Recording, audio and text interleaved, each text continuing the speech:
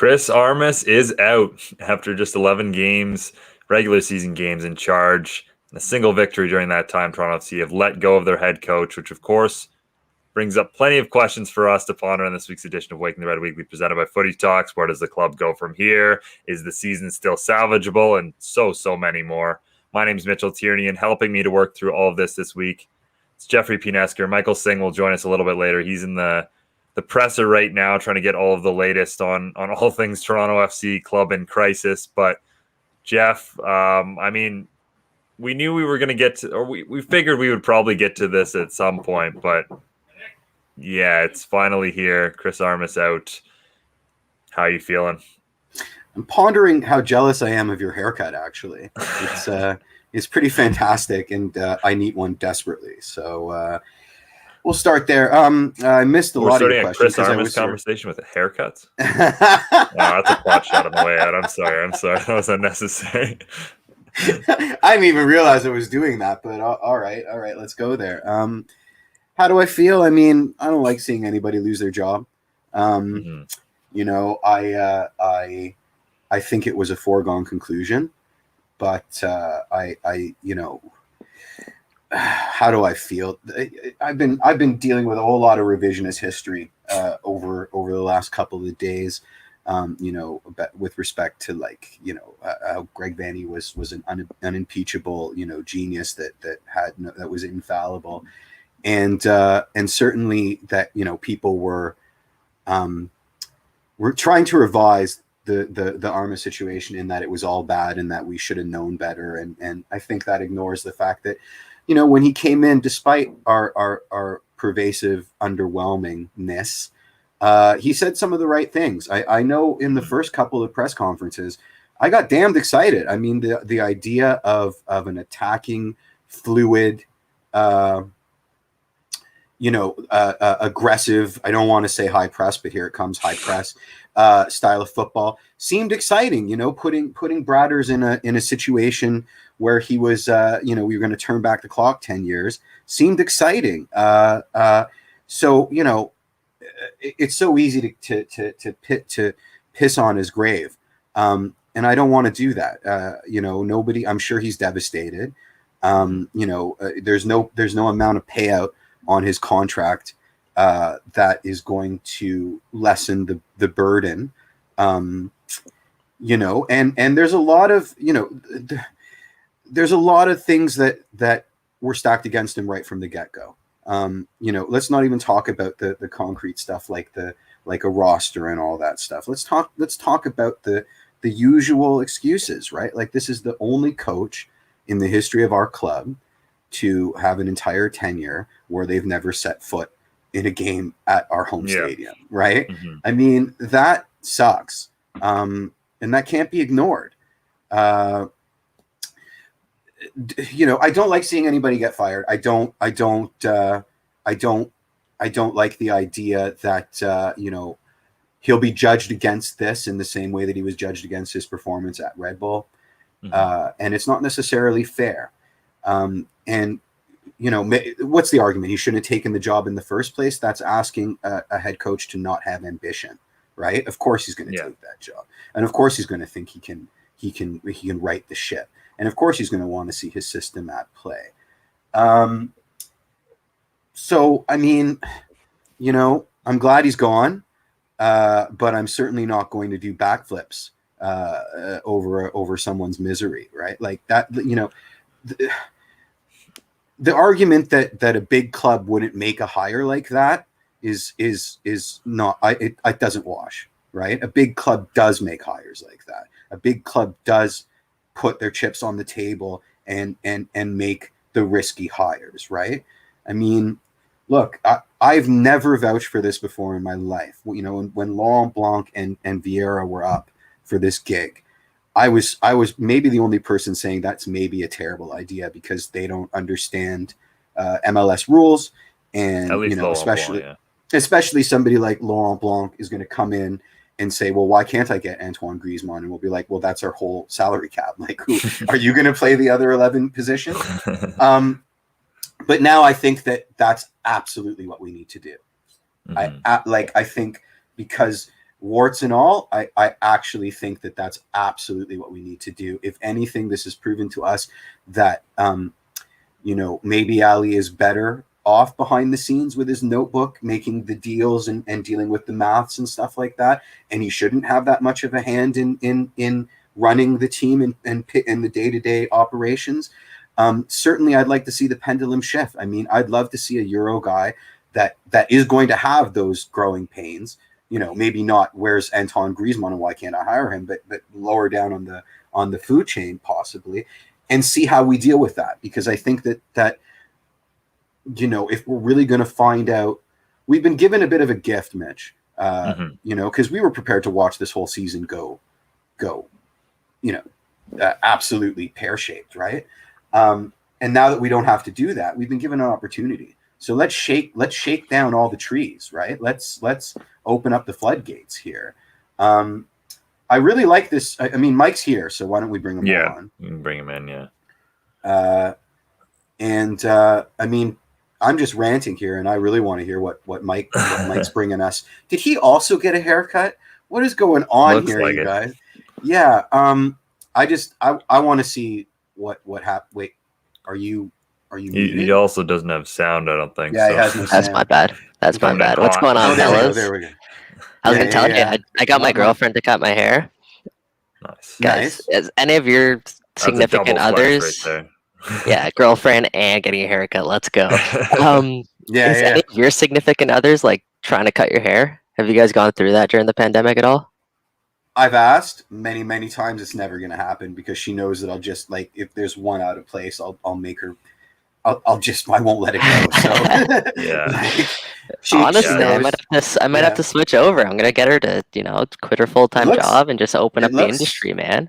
It's not pretty too sick, bad, man. eh? It's not too bad. It's not too bad. It's pretty I saw sick. I mean, Jack Grealish going long at the top, low on the side. So I'm like, yo, give me that. Let's do it. so you actually sat down with a picture at the hairdresser, do this, please. What kind of cut do you want? And you walk in and you're like, this one. Richard's yeah, like, yes, I have. We're still together, but it was close. I like it. So yeah, what are you guys talking about? Did I miss anything? Anything important to talk about today? We're sort of setting the table for you to come in with the scoops. You just sat through the press conference. Yeah, give us the scoops. Well, I guess first, let's start off with the obvious, and that's the Chris Armas firing.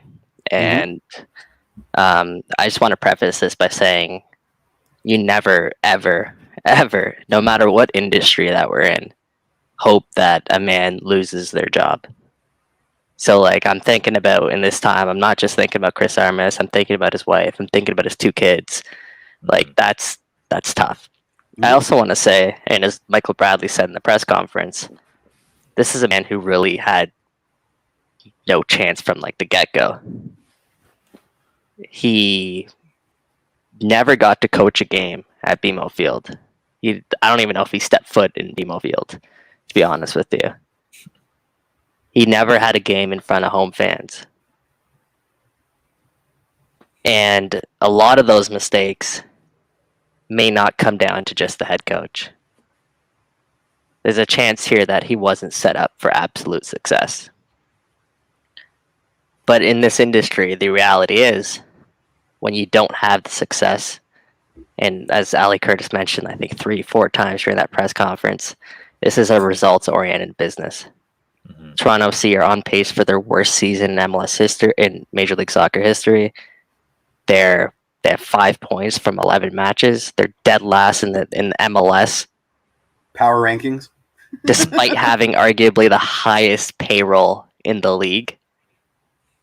Something, as Chris Armas said, something had to give. And unfortunately, it was Chris Armas that had to give. And now, as we look forward, Bill Manning, Ali Curtis, they don't have a shield anymore. At this point now, the buck stops with Bill Manning and Ali Curtis, and specifically Ali Curtis, because as Joshua Cloak's reporting in The Athletic, this is a guy who kind of stuck his neck out for Chris Armas from the beginning. even though some within the TFC organization didn't necessarily feel like he was the guy to move this team forward. So unfortunately, despite all of the Was one of those positive people Josie Altidore? Sorry, I had to give that. no worries. And despite all of the positive momentum that this team has made moving forward the past 5-6 years, it feels like we've taken an enormous step backwards and lost a lot of that positive momentum. This is no longer a team that's perceived around Major League Soccer as one of the perennial contenders, as one of the juggernauts of Major League Soccer. And it goes to show just how quickly a decline like that can happen. It's unfortunate. It's sad that Chris Armas is the one that had to make way here, but when you lose your entire team like we saw on Saturday, like we saw the last Saturday, when it's not just one or two players that are making silly mistakes, when it's the whole team that seems to have lost motivation and fight and desire to go out there and battle for your coach, to run through a wall for your coach, then that's when you know, like, you got to make a change. When Ralph Priesto's out there looking like he's lost his confidence, when Richie Larrea is out there looking like he's lost his confidence, when Chris Mavinga, who's arguably your best defender, is out there putting forth some of the weakest tackles I've ever seen, you know something's got to give. And unfortunately, once again, that was Chris Armas. Yeah, go ahead, Jeff. I mean, I'm going to circle around this a lot today. You know, and we keep removing COVID, and it's so funny how far I've done a complete 180 on this because I'm constantly bringing it up now. But like, yes, in normal times, Ali Curtis sticking his neck out for Armas has a very different value than under the pressure of playing away at home at COVID, right? Under that lens and that context, it becomes a lot less of like a big dick, you know, let's get the New York Red Bulls band back together, and more reactionary, like, who are we going to get? We need someone in that seat. You know, I know this guy personally. The changeover is going to be a lot easier, right? Like it becomes much more of a desperation move than I'm going to stubbornly. I just feel like people are viewing, you know, Curtis sticking his neck out in a before times context. Like, we're playing at BMO, all things are equal. You know, I want my guy come hell or high water. And I don't think that's the case. I think it was a panic move more than anything else. He's around, he's willing to do it. He's not going to cause a lot of trouble. And I think that's all I'll say on that. I don't like the revisionist history. It seems in every aspect, we're very, very quick now to forget about all the detriments and all the things that were stacked against him. And then circling back, I have a huge problem with Michael Bradley coming out and saying that today. Huge. And this is a knee-jerk thing, but you know, let me work it out live in this context.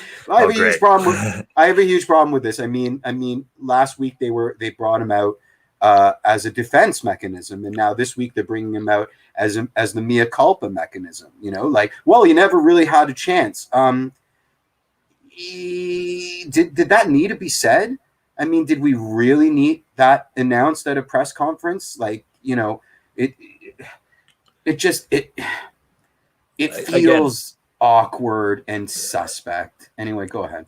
Like, Bradley's a loyal guy. Armas has been his friend. That was the story coming in. You know, Armas has been a mentor for him, had been someone very important in his life. So he's never going to throw Armas under the bus in any sort of way. Nor should he. That's a good servant to the club. But then after Sunday, he comes out with the club's blessing and says, you know what, actually, like, he was just warming a seat, and we were all well aware that he was a useless automaton. Like, that it doesn't wash. And you know, if that was the attitude, then how can we not be mad that they hired? Like, I mean, if they're trying to let me explain why he said it. Again, He essentially prefaced it with the last 18 months, how hard it's been for the team with all of the different factors with COVID and whatnot.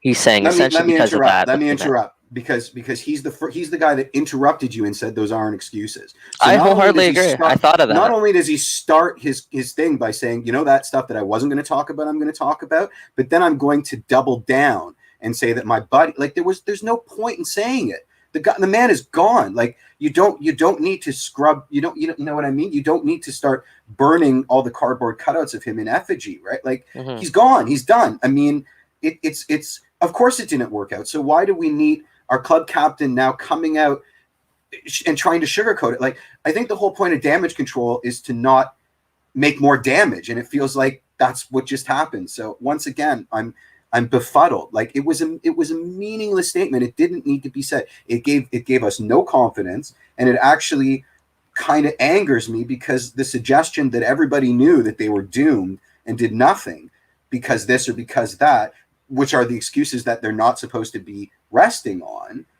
I mean, what are we doing here? Right? Like it's a weirdo feedback loop. I don't know. It feels like a feedback loop to me. You can get up and say a million other things. You can give me the platitudes about how our new coach has a website where like he lists every tactic as his tactics, and that's wonderful. I love new coach, and let's see what he's got to do. But to just throw tinder on the fire of Chris Armas not being the guy, we know that already. I didn't see any value in that. Well, yeah. I mean, essentially, he's saying like the onus is on the players, and they essentially let Chris Armas down, right? Okay. So that's why, I mean, in combination with the multitude of factors of him dealing with playing away from home in Florida, we don't have to go over them all again. Everyone knows what they are. The reality is that he's saying he as a captain did not do a good enough job. He's saying the players on the field did not do a good enough job, and Chris ultimately pays the price. So I wouldn't dwell too much on that quote. I mean, what is he going to say? He's buddies with Chris Armas. Chris Armas was kind of, I think we can all agree that Chris Armas was sort of given, I don't want to say unfair run, but like he's dealt a poor hand, let's say. I mean, I mean, I think he was dealt a poor hand is perfect. He was dealt a very poor hand, right? Because not only did he play away from home, I mean, he never had two designated players starting in his lineup, I believe. And that's such a good point, because the people that say that we're the highest paid roster, I mean, you take out our DPs and we're absolutely not, right? So we were seeing what that roster was worth on the field. We still have a very strong roster behind our DPs. Absolutely. So I still believe that we should have been better than what we are. Without question, but to equate the highest roster as in all three DPs on the field with our results is a false positive. And I think Bill Manning and Ali Curtis kind of hit the nail on the head in the press conference. It's just like, it wasn't necessarily the fact that we weren't winning anymore. It was the fashion which we weren't winning. We talked about it before those games. A game against Nashville, a game against DC United, a game against Cincinnati. Those are 9 points you have to take if you're Toronto FC. You have to. Like, this is a team that ran circles around each one of those clubs last season.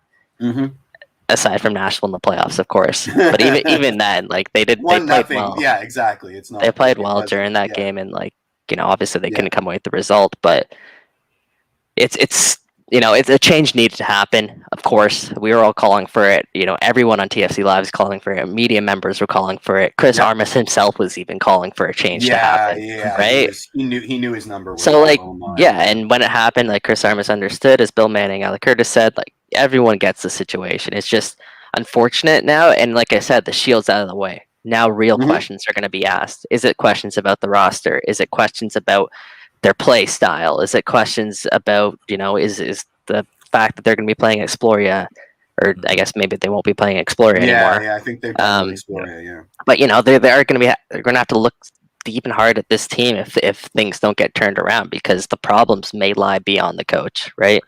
And I think they most certainly do, and we're finding that. But I do think it's a good point of, this was a tougher hire to make, because I do think they thought that Greg Vanney was going to be back, and then all of a sudden he wasn't. So that does make it difficult. Exactly. Bringing in a new Hold on. But when they were doing this search, they told us that it was a very extensive search. They told us they've interviewed candidates internally, externally. We heard names that were being linked with them. We heard names that. Well, I know for a fact they interviewed a couple of different candidates, and Stephen Caldwell gave them a couple they, of different. Yeah, Stephen couple of different Caldwell. looks. They threw a DM at Vieira, right? Maybe Laurent Blanc had a couple interviews, but I mean, again, Steve Cherundolo, that's another one. Okay, there you go.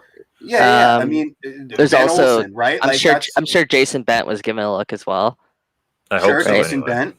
Ben Olsen. And also, like there are names. Like this isn't just Chris Armas. He's the only guy we can get. Let's go. Like no. But giving him an excuse. I'm not saying that at all. I'm saying this was a difficult hire, and I do think that was part of it. Was the fact that they expected this coach to be back, so it wasn't fully in their plans again for the off season. We know, they are plan ahead type of people. Secondly, you're filling the shoes of one of the better coaches in recent MLS history, which is never, ever going to be easy as well. Exactly. They have no excuses for this next hire, though. I think they should take as long as they can to really, really make sure the replacement is right. Like, obviously, by next season, they need to have someone in place who's new, but it's not like they have to make a desperation hire right now. But this is the one that really shows you, I think, what the management style of Curtis and Manning, because they absolutely can't get this one wrong. It has to be the right hire, and it has to be a hire that moves this club forward. So I really think this is a critical one, and this will show their true colors. I agree with everything that you said there, Mitch. Like, obviously, it was a very difficult hire. They weren't expecting Greg Vanney to leave in the fashion that he left. That being said, like, it's the off season. They had 3 months to take their time, make the hire. How much more? Like, how long do you want them to take to make this hire to ensure they get it right? Right. Again, no in-person interviews. I think that's right. No in-person interviews unless they do 14 days quarantine on either side. Right.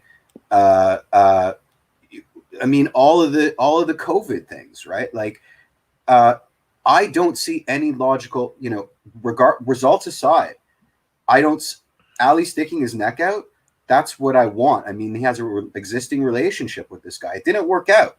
And there's a very good argument to be made that it was never going to work out. Michael Bradley just made it. But I don't fault Ali Curtis one bit for going for what he knows in the face of all of that unknown, right? So I'm not yet. Risk.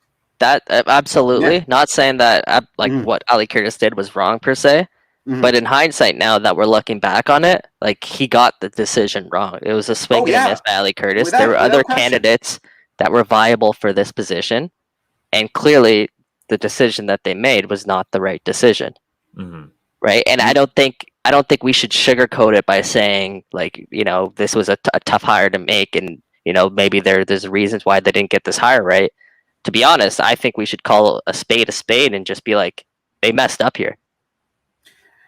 I mean, that's a fair point, but I'm going to be the guy that continuously champions, in this case, the devil, right? And they took a flyer. I mean, they took a risk. A big club takes a risk. They took a risk. It didn't work out.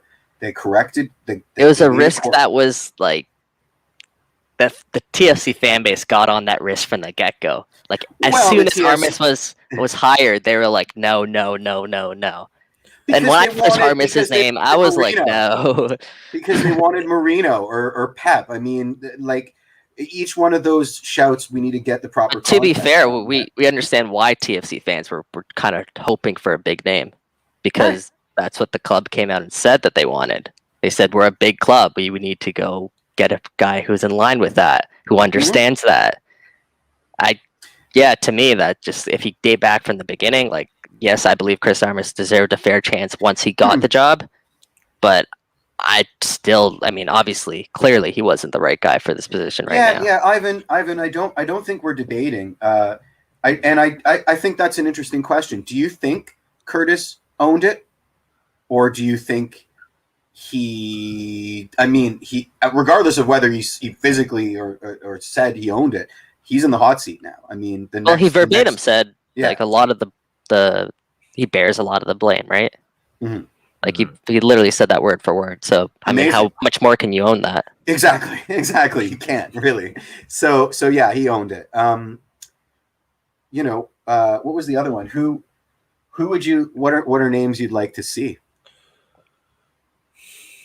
I mean, I made this shout out on Twitter, and I'm not saying he should be the next TFC head coach permanently, but this is a team that's going to be looking for an interim manager by July 17th. And I believe Stephen Caldwell would be a good fit for interim manager for this team. This is a guy who Canadian players absolutely love. Like, he is the assistant coach for the Canadian men's national team. I believe he's in charge of like getting that defense together. I believe that's what his role is. It is. And I believe he would actually be good. He's a club captain. He's more in tune with this club than anybody else out there. Like, he watches every match. He was close. Well, he has to. He was close in the winter for getting this position. Josh Cloak reporting that he actually interviewed twice for the role, but the club felt at the time like he didn't have the necessary experience. And for me, at this point, unless Javier Perez goes out there on Wednesday and does an absolutely fantastic job, what do you have to lose by giving someone like Stephen Caldwell a shot here at interim? He has a lot to lose. I mean, he would have to quit 10 of his 4,000 jobs, and he would not get them back. He would get that. He would want that. You do it in a second for He'd sure. want that interim tag, too. Okay, he would accept the interim tag too, right? Okay. And Colin, yes, he's absolutely cool. He does have his badges. He's, like I said, the assistant coach for the Canadian men's national team. And this could be the next step up as taking on that interim tag. I mean, if we're gonna raid the Can men's national team, I want Mauro Bello, but that's besides the point. Yeah, that's not a bad shout either. But the other name I'd look to in the interim would be Toronto FC2 head coach Mikey Munoz, who I think has done a really solid job with TFC2. And I think in terms of the familiarity with some of those young guys and coming in as an interim, at least, I certainly wouldn't yet advocate for him becoming the head coach, but I do think he'd be a good interim coach. I got an idea. Hear me out, Zizou. He's available. yeah. Just drop a bag of money at Zinedine Zidane's house. But Mikey, let's hear a little bit about Javier Perez. You guys would have talked to him during that press conference. Of course, he's going to at least be the head coach on the bench for the game against New England on Wednesday. I mean, a pretty difficult start for him. He's going up against the best team in the Eastern Conference, so he's getting thrown to the Wolves right away. But at least a decent resume. He spent time with New York City FC as an assistant. Spent time with the U.S. Youth national team, started out with Real Madrid's academy, speaking of the Zizou connection there. But what did you learn from him, and what potentially we might be seeing different from Toronto FC tomorrow?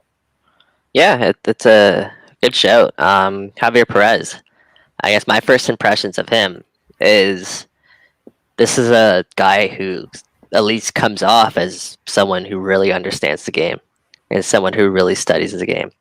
I think he's kind of a bit of a polar opposite of Chris Armas in the sense that when Chris Armas spoke to media, he really spoke about some of the intangibles.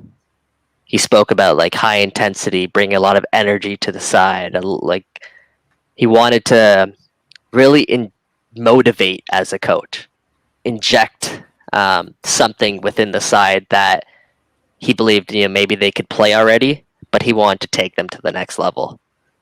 Javier Perez, to me, comes off as a little bit more of a tactician. One thing I really liked what he mentioned was that he loves that he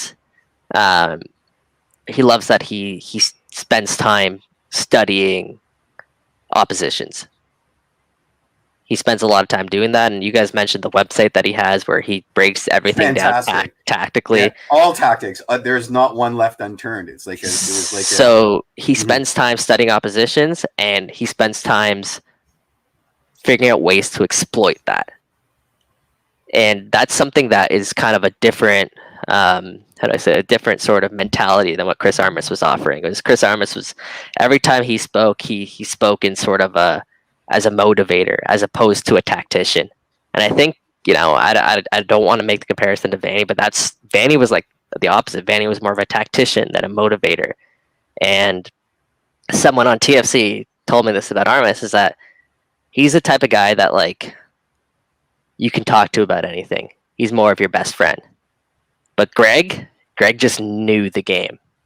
It wasn't really about the relationships that Greg had with his players. It was more so about the understanding of the game that Greg possessed. And I think that's what sort of Javier Perez kind of brings to this side. So I'm interested to see what what type of team this TFC team looks like. Perez is saying that this is a team that needed a change, needed a shakeup. So I'm interested. Yep.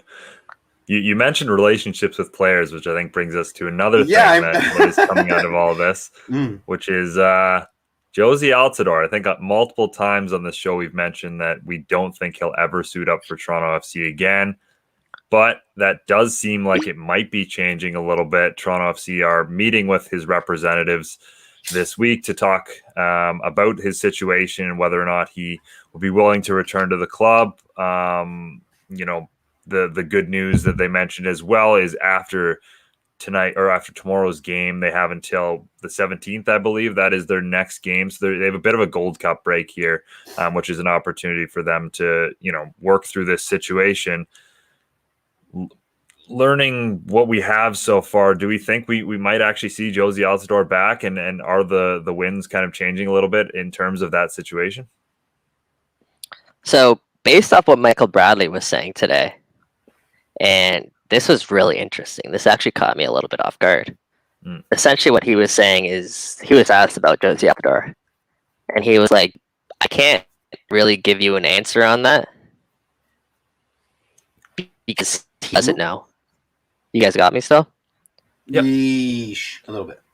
Okay, so yeah, as I was saying, like Michael Bradley was asked about Josie Altidore, and he said he couldn't really give us an answer yet because, like us, he's been kept in the dark about the whole situation. Yes, he's good friends with Josie Altidore, but to be honest, this is what he was saying. To be honest, Josie Altidore hasn't been with the team, so he actually does. So he actually doesn't know what's going on right now with Josie Altidore. And, he reiterated what he told me a couple of weeks ago, and that was just like, Josie Altidore's a legend. He hopes that the best could happen for Josie and his family, as well as the best could happen for the club, and there's a resolution there. So, I mean, based on what Michael Bradley's saying, like, there's still question marks. Again, Javier Perez was asked about it, pressed about it, and he just said he's focused on Wednesday, and after Wednesday, management will make a decision. But I'm getting the sense here, and I've spoken to a couple people about this, and I'm getting the sense here that Josie Altidore and TFC are heading towards a reunion. Ali Curtis, in his press conference, they left the door open, really, for a Josie reunion. Ali Curtis, mentioning stay tuned there. He said he had some good conversations with Josie and his representation earlier this week. And by all accounts, from my understanding, is that this is heading towards a reunion. Wow. And there's a real chance here that Josie Altidore has not played his last game for Toronto FC. So stay tuned for that, as Ali Curtis says. Wow. What a season, boys. Wow. Yeah. I mean, speaking of the season, I think this gets us to our potentially critical question of the show, which is the season. Can it be saved? I mean, there's 11 matches Toronto FC have played so far. They're 11 points out of the playoffs right now in an increasingly competitive Eastern Conference. I think a surprisingly competitive Eastern Conference with what some of the bubble clubs have shown this year. I mean, the stats aren't good. Let's be honest. Most goals against in the Eastern Conference, most expected goals against. Another good stat from Martin this week, our good buddy Martin Bailey. Toronto FC conceded. Good stat. Yeah, I mean it is a good stat. It's a stat. It's not a nice stat. No, exactly. Toronto FC's allowed 27 goals so far this season. They only allowed 26 all of last year. So therein lies the main problem of the season so far. Do we think they can turn it around? And do we think, again, there's not much statistical indication, but is there a chance that they can turn things around and get back into that playoff push? Night. I mean, there's a chance. 23 games left, 69 points. They're playing against a lot of Eastern Conference teams. Right now, they sit 11 points out. Like, as Michael Bradley said, that if this team gets back to playing the way that it can, the way that it has in the past, We see them roll off 4, 5, 6 straight victories or even results, get points, pick up points in them. They're right back in the mix. Like, this isn't last season where it's a shortened season. This is a long 34-game MLS season. They're only 11 games in. They're not even 33%, a third of the way into the season. So is this season salvageable? Yes, it absolutely is. Like, there's no reason why they technically, can't go on a run here. It's just, it comes down to, at the end of the day, to results and picking up points. And would I bet that TFC would turn things around in a heartbeat? That's tough. Like, I mean, based on the way they're playing this season, no. If it was just Chris Armas, that was sort of the issue, or if this team gets a spark out of their new coach, who's to say that this team cannot go on there and make a run? I've been on the record, and I'm saying, and I still believe this. I actually still believe this. TFC may have the best roster in MLS on paper. If all of their players are healthy, all of their guys are in the side. Wednesday's matchup should be the first time we see both Soteldo and Pozuelo start a game for Toronto FC. How much of a difference is that going to make? Like, Pozuelo has only started, I believe, 1 game this season. My God. Is that not nuts? That's the MVP. Yeah. That's the guy who your whole team revolves around. We saw how important he is to this team. This is a side that went down, 3-1 before Pozuelo came on, 4-1 before Pozuelo came on. Mm-hmm. So now that he's going to be starting in the game, how much of a difference can he make? Can Pozuelo stay healthy? Can Soteldo stay healthy? You get both those guys back. Iowakinola looks like he's back in form. If they can figure out what the heck is going on defensively, then yeah, I believe the season's salvageable. This is a team that went 16-5-5 last season. 16 wins. Yeah. It's not out of the question. It's not out of the question, but I do think that thinking about it, and I don't know, I'm not an athlete. Surprise, surprise. But I mean, what do you do in the locker room, right? Do you say baby steps, like let's fix our leaky defense, and let the chips fall where they may, or are you always with your foot on the accelerator? Are you always that mindless self-belief, we're going to win MLS Cup this year? I mean, I think B is the answer always. But objectively, I think it's A. Like, I think you got to take this, a game at a time, 2 games at a time, 3 games 100%. At a time, right? Like, at the end of the day, no mention of playoffs whatsoever. Just, we are here on, New England is our target. Let's get the result. And if we don't get the result, let's at least not look like Timbits out there, and call that a win, and then onward and upward sort of thing. Yeah, have a foundation to build off. Yeah, go ahead, Mitch. I think that's the exact mentality they have to take in the next little bit, because, if you start to look long term, I mean, you're going to have to look in the back as well and see how, the long term does not look great right now. So you focus on, what can we do over the next couple of days? Let's pick up a result going into a nice long break for us. We'll have this long break to try and figure some stuff out and see how we can come out the other side when we play Orlando for the 117th time this season on the 17th. And yeah, I think they go from there. But I do think with the new coach, and I actually agree with Mike. I think if they don't have the best roster in MLS, they've got one of the best rosters. We're going to find out whether or not they have a good team over the next little bit. And I do think there is a difference in terms of, the composition of egos, the makeup of how different players complement each other. And again, that comes back to Ali Curtis, because, it's not about building a good roster. It's about building a good team that a coach, any coach can come in and do something with. And Jeff. What happens to the young guns now? What happens to the Prisos? What happens to the Leon 4, who, oh my God, he hated my question so much. What happens to those guys, right? They saw some success under Armas, and now they have to fight for their place in a sort of ephemeral wonderland where maybe we're not playing the same kind of aggressive football. I mean, maybe they got to be thinking, are we going back to the Vanny years where, the ceiling is maybe a couple games at TFC2 and nothing else? I'm not sure. Yeah, it's a fair shout. It's a fair question, and I think that's something the new coach. It's a challenge that they're going to have to deal with. We're talking about some of the young guns, Mitch, Yeah, and like the essentially Prizos. Yeah. what's going to happen with them now. And the reality is, Jeff, like we don't have the answers to that. No, Like exactly. the next coach, hopefully they have the answers to that, and I'm sure their stance on them hasn't changed from what it was the beginning of the season. Is that these guys are very important players to this team. They're very important to the future of this club. Okay. They're very important to the business side of this club. If you want to talk about recruiting players, you want to talk about making some moolah, some money. Like these are the ways that you do it, right? Is investing in your academy and try and transition them to the first team. Now, here's where it gets really interesting. So, one of the knocks with TFC this season, and I think Bill Manning, Ali Curtis, they kind of admitted this in the press conference, is that the roster that's currently in place was not in tune with playing Chris Armas' style of play. And we saw that so many times. Like Omar Gonzalez playing a high line. Are you kidding me? Yeah. Like, come on. So that was just, no. Michael Bradley trying to be the guy who just presses up and down the field. This is my favorite because to do that, you need another Michael Bradley to cover for your Michael Bradley that's playing up at the field, right? It's true.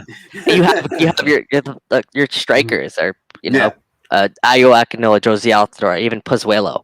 Those guys are not guys who are built for pressing. The only one that's like really, really built for pressing on this team, like maybe two players. Patrick Mullins. Not even Patrick Mullins presses no matter what, but Jacob Schaffelberg, because he just he's just shot out of a cannon every time he takes the pitch. Maybe Richie Larea as well, because Richie is, we know how aggressive that he likes to play, and he has the legs to sort of make up for that. Maybe throw Ralph Priso into that mix. Maybe Chris Mavinga, but everyone else, they're ball players. This is a team that really strived off keeping possession and taking the time to break oppositions down. Now, ideally, I think last season we saw the team get a little bit pragmatic, a little bit too predictable. Their decision making wasn't as sharp towards the end of the season. So ideally, you have that combination of both, where you can play vertical, but at the same time, you're also confident enough to keep the ball and stay in possession and then reset if things don't go your way. So there's that. But if that's not the solution, then the reality is this is a roster that needs to be overturned. Because if Omar Gonzalez can no longer play that style of play, he can no longer play a high pressing style of play. Ali Curtis is saying that he has a vision based on, what he wants this club to play. If your players on the pitch are not being able to play that vision, then you're going to have to overturn the roster. And then, in my opinion, that should be a youth movement coming through the ranks, because this is a team that's honestly flooded with a lot of youth talent.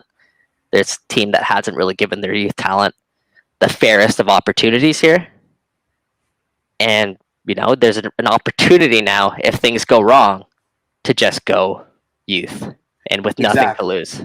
We have nothing to lose. That's why I'm saying I want to see Rocco out there. I want to see Dunn out there. I want to see Noble back out there. Now is the time, man. Like, it can't be better. It can't get worse. It can't get worse than 7-1 to DC United. I don't think now's the time. But then when is it? When is it? When did these guys? After we give these guys a run with a new coach. Okay. Right? Because this is still a team that finished second in the MLS last season, was first with 4 games left to play. This is still a roster that is technically in win now mode. Michael Bradley's 33 years old. Omar Gonzalez upwards of 30 years old. Chris Mavinga is approaching 30 years old. Pozuelo's 30 years old. You want to throw Josie in the mix. Josie's 31. Ozo's getting up there in age. This is a team that wants to win now. Did we watch the same game against DC? That's okay, a team that wants to lose a lot. Are we all agreeing that this TFC team isn't that DC United game? Like, this is a team that's much better than that. I don't know anymore, man. But you're not willing to give them another shot. No, I absolutely am. But like this this is a team that's in win now mode. I mean, that sounds wonderful, but look at what did you see? It's built like that too. I mean, no, but do you know what I mean in terms of age of players? And in terms of no, exactly on paper. That's where you're investing your money. You're investing your money into players who are supposed to help you win now. Okay, absolutely. But considering, a lot is up in the air over the next couple of games, and if we're still looking like the team that we were, regardless of the new coach bump, or anything, then I'm going to be a very strong proponent for trying everything. I mean, why not? Why the hell not? Honestly. Yeah, I mean, as Graham's give saying, them competitive minutes. Yeah, you kind of need to maximize the time that's left on like the contracts that you have. But yeah, there comes a certain point where, you say, okay, this season's a lost season. Now we have nothing to lose. Play the kids. They're 100% gets to that point, but we're not at that point yet. Like I said, we're not even third into the season. There's still a chance here that TFC goes on a run and salvages the season. And certainly helping that fact, of course, will be the news that you've been reporting for about a month now, but it's slowly looks like it's becoming broken on this show. Yeah, there you go. My God, Mitch, you are god tier segues today. This is crazy. Go ahead. This is what I do now. Yeah, I know. The fact that fully vaccinated members of Toronto FC, sorry, Nick, will be returning to BMO. Pardon? I did actually. Do we know? Do we actually know for sure that he's still staunchly? No, we don't. We don't know for sure. But so I mean, he took a really strong stance on it. That would take. That'd be surprising if he took a turn. And honestly, that would bring up a lot more moral issues. Mike Josie's coming back, and we just fired a coach that has never set foot in BMO. It's all wacky now, dude. Like maybe he's manufacturing vaccines now. Like he read one article and he's like, "Oh my God, I got to get behind this stuff." I mean, to be fair, Mike steals questions every week, so I can steal one or two of his jokes. But I don't know what you're talking about. After Wednesday's game, they'll actually be returning to BMO training ground where they're able to start training again, which again, even that little bit has to be a massive boost to be able to see the families and be able to be in more familiar climate. So that's going to be a nice little morale boost for Toronto FC. But even bigger is that the club remains optimistic that their next home game, which is July 17th against Orlando City for the 12th millionth time, will be played not again at Exploria, where they've had the awkward behind closed doors friendly type feels, but instead might actually be played at BMO Field. I mean, that's incredibly exciting, and I think something that we're all super hopeful will happen. And I think at this point it seems to make sense. Yeah, it's something that the club is preparing for. What I will say is that it's not official yet. Yeah, I think that bluster in the press conference was an attempt to sort of will it into existence, if we're being honest. But no, for sure, definitely some PR behind that. It's not like they haven't gotten the complete green light yet. That being said, it is looking that way. From all I've heard, it actually is looking that way that TFC will get the green light for that match. But you never know. It's like they're working with stuff that's beyond their control. Right, if it's up to TFC, they would have been there yesterday. They would have been there last month. They would have been there at the beginning of the season. But it's at the end of the day, it's not up to them. So I mean, they're running out of stadiums to rent, right? Like they've already burnt they're like, we're never going back to Exploria ever. And Hartford is like, we don't want you. You hate us. So they really are running out of places in the US to play in. What I'll add on that is that if TFC do return home to BMO Field, they're also planning to play in front of fans at obviously a limited capacity. I think 25, 35%. I think regulations now just allow for 25, so maybe that's what they're preparing for. But it's the closest that we've ever been to returning back home in front of fans there at BMO Field. Like last time I was at BMO Field, I mean, I've taken a couple walks there and just like checked out like outside the stadium just for, I don't know, nostalgia's sake. But the last time I was there, it was without any fans. It was in September. No, they were fans. They just were at the food building making lots. I think one of the games. Yeah, I'm not sure. Oh yeah, that's right. No, you games, didn't. Right? Yeah, you were there for all three. You lucky. Yeah. Lucky so guy. there were 3 games there, and let me tell you guys, like, it was great to be back at BMO. But it wasn't the same without fans. Because I wasn't there. It's simply exactly. You wouldn't have Jeff there screaming at the top of his lungs, tarps off, maybe. Like, I don't know what Jeff does during games, man. But yeah, it's really exciting to hear about that prospect. We haven't been back to BMO with fans. BMO hasn't felt the same since March 7th, 2020. And that was obviously one of the most, like, let me tell you, the season was getting going. We had an exciting young prospect in Achara coming up. TFC was looking like a really good team. They were beating New York City FC. That was a magical night. Nobody knew what the hell COVID was. It was such a wonderful time. That night, like, there was so much momentum building from that night, and just how special that season could have been, having, being played at home in front of those fans that were, everyone was starting to get into it. I had people messaging me about Achara that did not even watch TFC, because there was a buzz going around the city that night, and I hope that we can get back to that as soon as possible, and hopefully that is July 17th. If you have Josie Altidore returning for Toronto FC on that game too, imagine the scenes. Imagine the scenes there on the lakeshore by BMO Field. Like, I get goosebumps just thinking about it. And hopefully, TFC get the news that they're hoping for. They're really optimistic about it.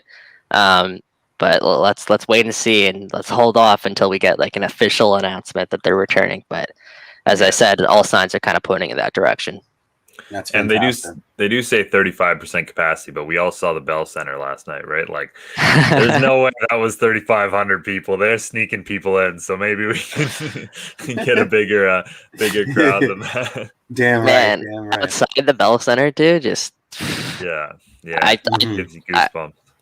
I don't know if goosebumps is the right word. I kind of felt like nightmares. I mean, for you, nightmares. Yeah, like, honestly, like, I feel like I hope we can get back to a place where, like, one day we're comfortable being in that mob, that crowd. Me personally, I don't know if I'm there yet, where I can just go, get back in the middle of that mob crowd. I thought it would take me longer, honestly, but a couple beers, and I just want to get everybody on a patio. He just wants to be tarps off with his friends. On that note, it's a good show. Let's get, guys, if you're not vaccinated yet, get double vaccinated. I'm getting my second shot tomorrow. Actually, my second dose tomorrow. So last Wednesday. There you go. Yeah. There you go. So getting a little bit closer. I see a lot of people asking about Nick DeLeon still. I will add, what I've heard is that if you're not double vaccinated, I don't know if you're going to be able to play in away games. I think he's got to stay in Exploria forever. But he can come back. Pass to Epcot Center. So like, not using Nick DeLeon as an example, let's just say people who aren't vaccinated. You can come back. You can come back to Ontario, but you won't be able to travel for away games. Is what I've heard, and you won't be able to participate in those away games. So, something to keep an eye on. Again, Nick DeLon's also dealing with an injury right now, so that's why he hasn't played, I think, since May 29th, as Corey Brady saying there in the bat. He's been injured. He's got a knock, so. Yeah, but that's the narrative nowadays, guys. That's what we have to talk about. Are players vaccinated? Are they not vaccinated? Like, just the times we're living in, man. Yeah, exactly. I mean, it's going to be fun. I have some faith in this new guy. I like the cut of his jib. I'm always. Jib? What does that mean? I don't know. It's an old saying. If anybody wants to, it is a thing. I can confirm it is a thing. I'm genuinely just asking what it means.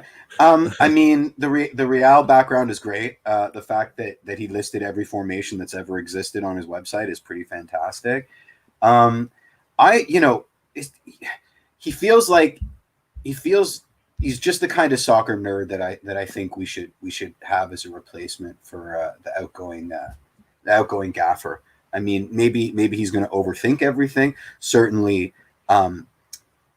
that's his purview, because I mean, I don't think he expected to get the keys to the car.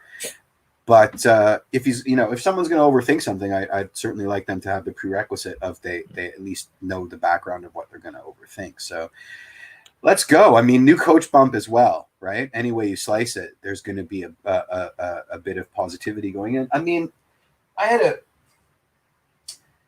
I had a question. That 7-1 loss, right? I mean, people are saying it. I'm not inclined to believe it, but was that the team playing to get a coaching change? I don't think anyone plays to get a coaching change. Like, I don't think as a competitor. Were they showing their displeasure? I mean, like Mavinga doesn't make tackles that week unless he's pissed off about something, or he's maybe it's frustration boiling over. Maybe like, I mean, when you're losing 7-1, like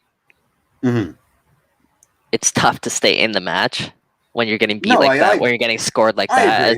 A word going around, demoralizing, absolutely demoralizing, being beat like that. I don't necessarily think any of the players went out there did it on purpose. But I do. I'm sure they didn't get in the huddle and go, guys, let's get Armas fired. Let's do it. But I do believe that Armas out on 10 or Armas out on 10. Yeah. I do believe this was a team that Chris Armas has lost the dressing room for a while.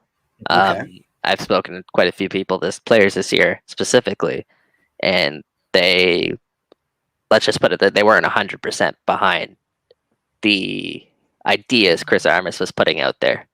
So I know, like, there's already question marks about the coach itself. And then, as I mentioned, like, off the jump, like, you can tell this was a team that was not willing to run through a wall for Chris Armas. As good of as a person he is, and I hate saying, like, I hate bashing that because, like, he is genuinely, from all accounts, even the players, they spoke in rave reviews about the type of person Chris Armas is. He's a genuinely good person. But this wasn't a team that was willing to run through a wall for Chris Armas. It's so funny how often that gets, but yeah, it's so funny how often that gets brought up. You know, running through a wall or giving 100%. It's amazing how important that is. It really is. It's something that I'm noticing that the deeper I get into this, just how important that is. Right? Like, you know, you can.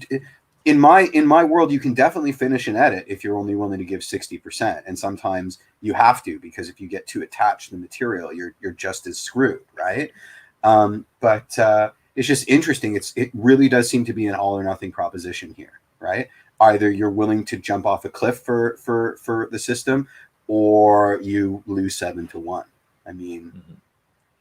Yeah, I think it's such an important part, especially over the course of a long season of being a coach, is being able to motivate players, being able to manage and you know, I guess talk through conflicts, ego situations. Like, there's so much that comes up over the course of a season, and being able to make every player on your roster. And this was a big thing that, again, the predecessor Greg Vanney was always good at, and people mentioned this, like making every player on your roster feel like they were special, they knew their role. Liam Fraser. Except Liam Fraser. Yeah. I mean, there's always going to be exceptions to every rule for every team. It just happens, right? Like everyone at the end of the day wants to be in that starting 11, so you're never going to have it perfect. But I do think, very good point. I do think that is, or they shouldn't be on your team if they don't want to be in the starting 11. Also a good point.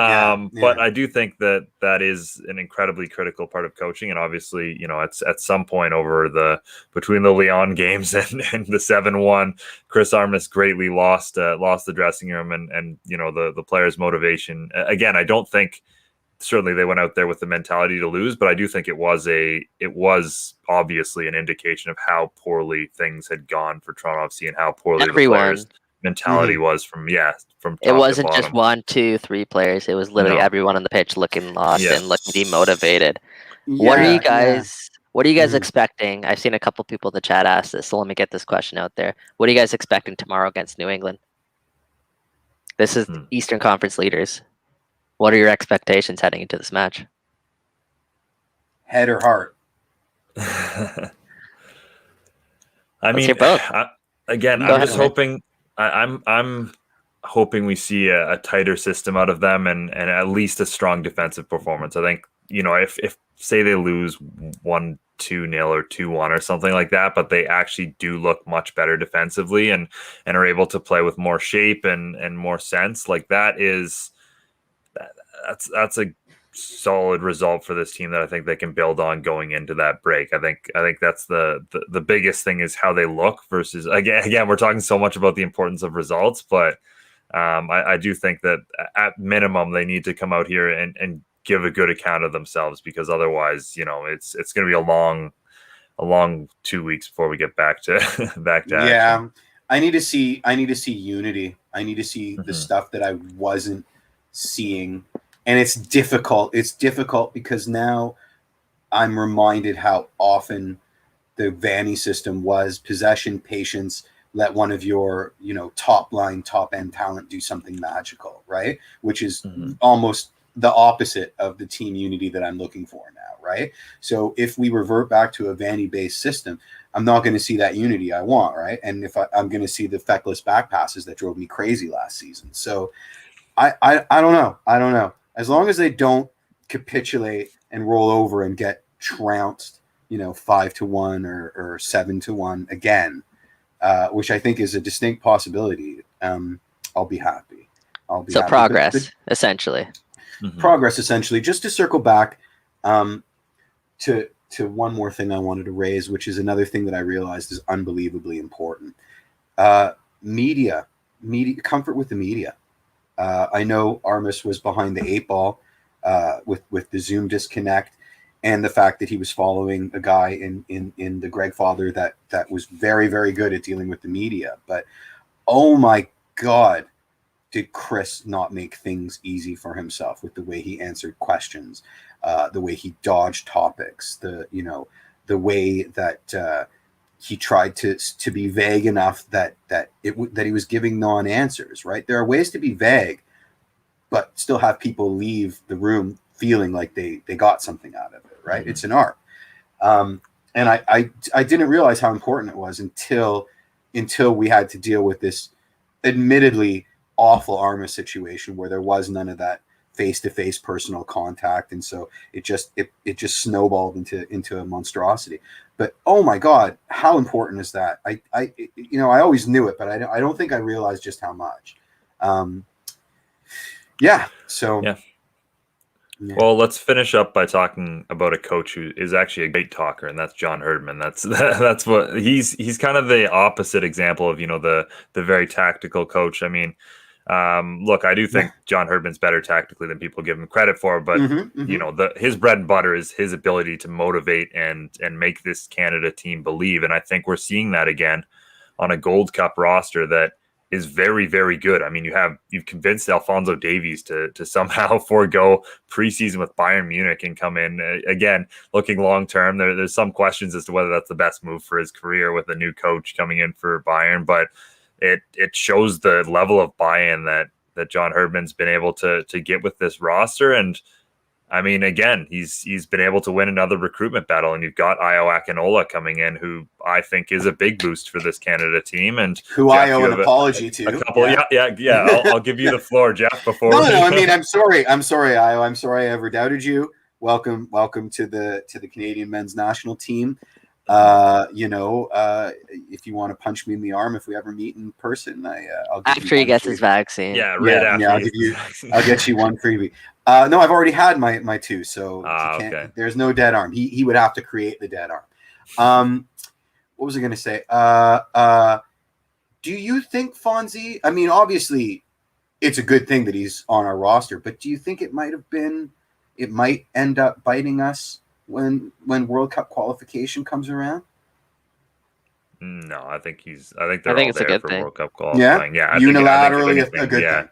Okay. I mean, it's a risk, obvieed. Like, if you're going to play someone, there's a risk of them getting injured, if that's what you're referring to. It is, but it's also burnout, maybe. Just like, too many games, right? Yeah.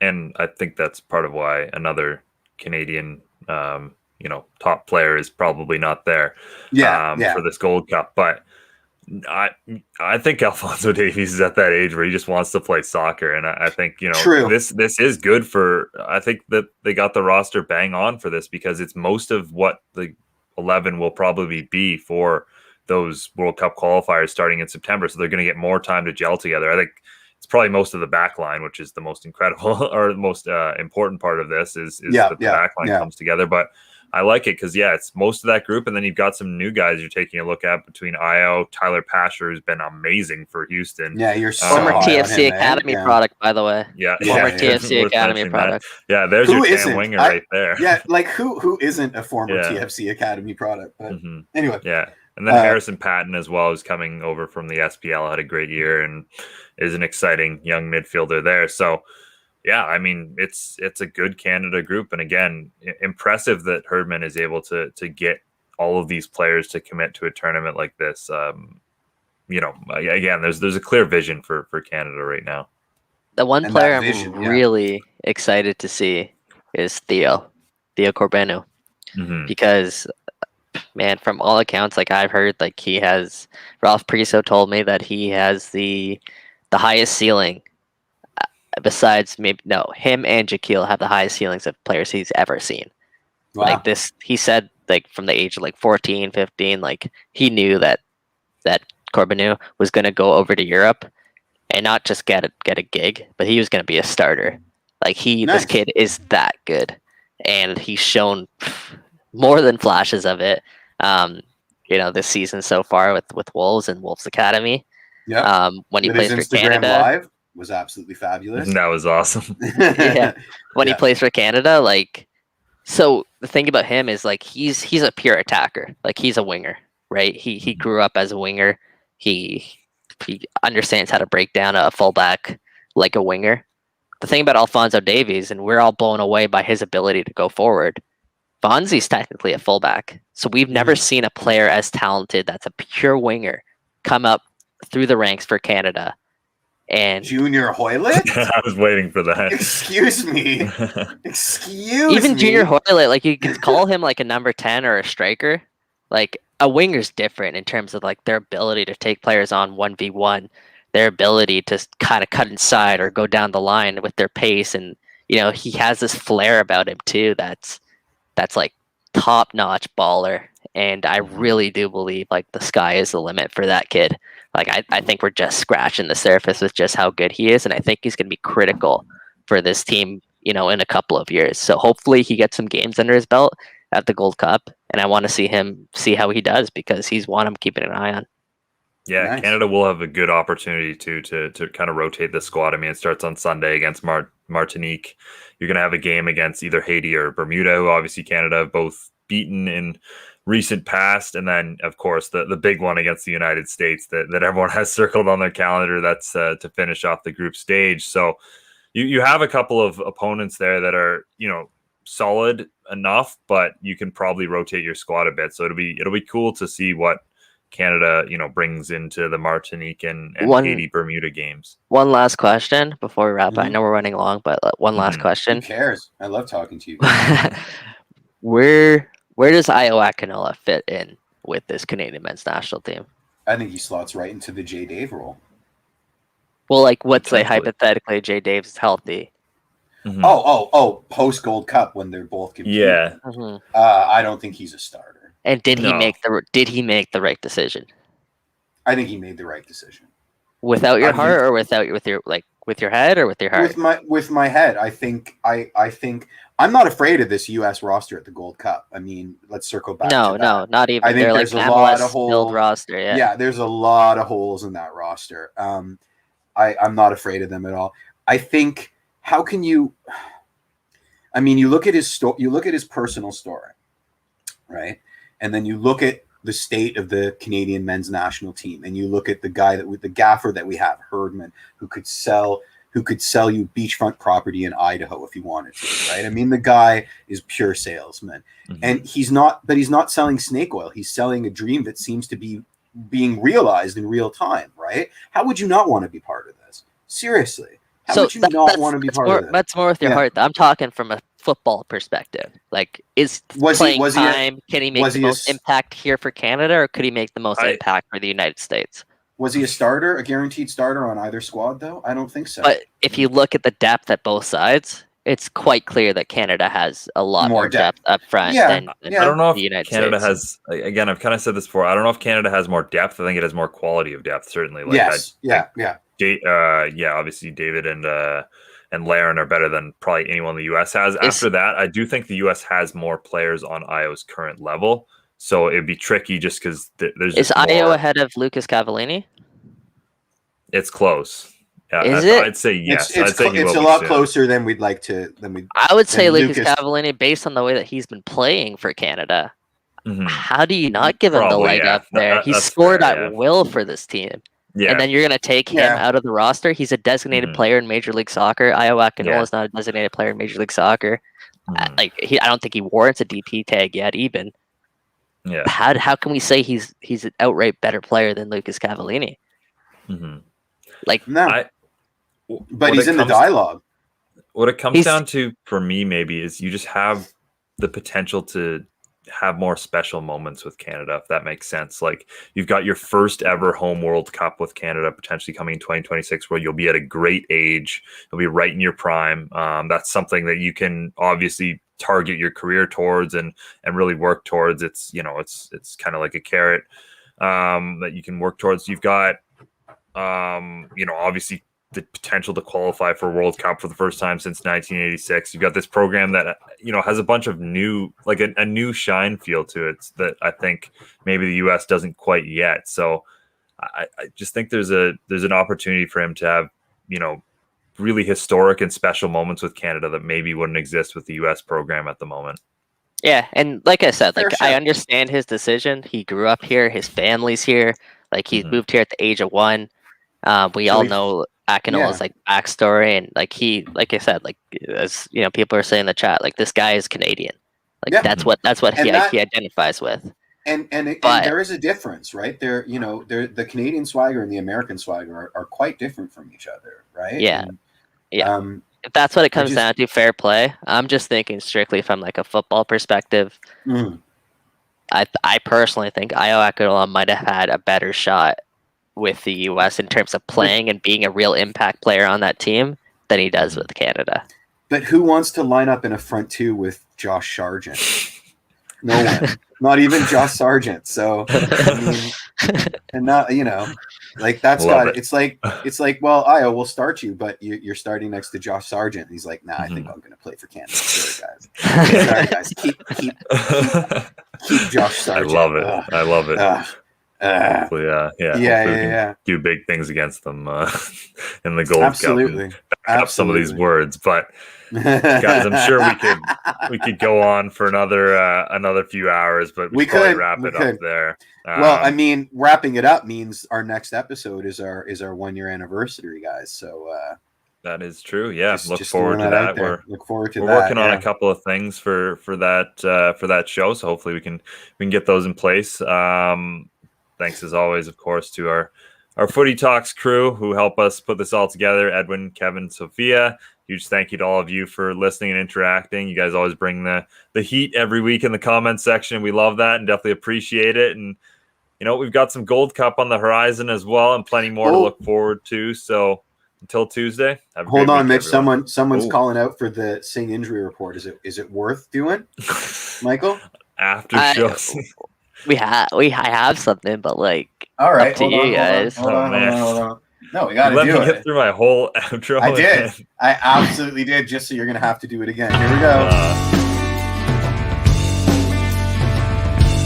It's the Michael Singh injury report. Such a snappy tune. Just for the clip. We're just doing that just for the clip. I'll go really quickly here. So Quinton Westberg is still out dealing with a hand injury. Achara, he's back in training, but he's still out. And Justin Morrow's questionable with a lower back injury. Other than that, this TFC team's healthy. Oh, international duty. What I've heard is it's just Jonathan Osorio and Richie Larea that's who have left for Canada camp, which means Io Akinola, I think, is still in the mix for tomorrow's match. And the reason being for that could be just how much lack of depth TFC have up top. And no offense to Patrick Mullins, Dom Dwyer, but this is a team that needs goals right now, needs results, and Io Akinola is just that important to this TFC team right now. So perhaps that's the reason being, but keep an eye out for that. So other than that, Kamar Lawrence is still with the club. He mentioned that Jamaica wants him, but he he needs to find a way to He get wanted to results get a in this win game. first. Yeah. Before departing for that Gold Cup, and then there's a 10-day layoff after tomorrow's match for that Gold Cup. So I think those players will only miss perhaps maybe one more match as a result of the Gold Cup on the 18th against the States. But we'll see. But yeah, that's it for the injury report. We can wrap up again. Go ahead, Mitch. Go ahead, Mitch. All right, that was fun. Goodbye, everybody. Wait, someone's got to play the closing guy.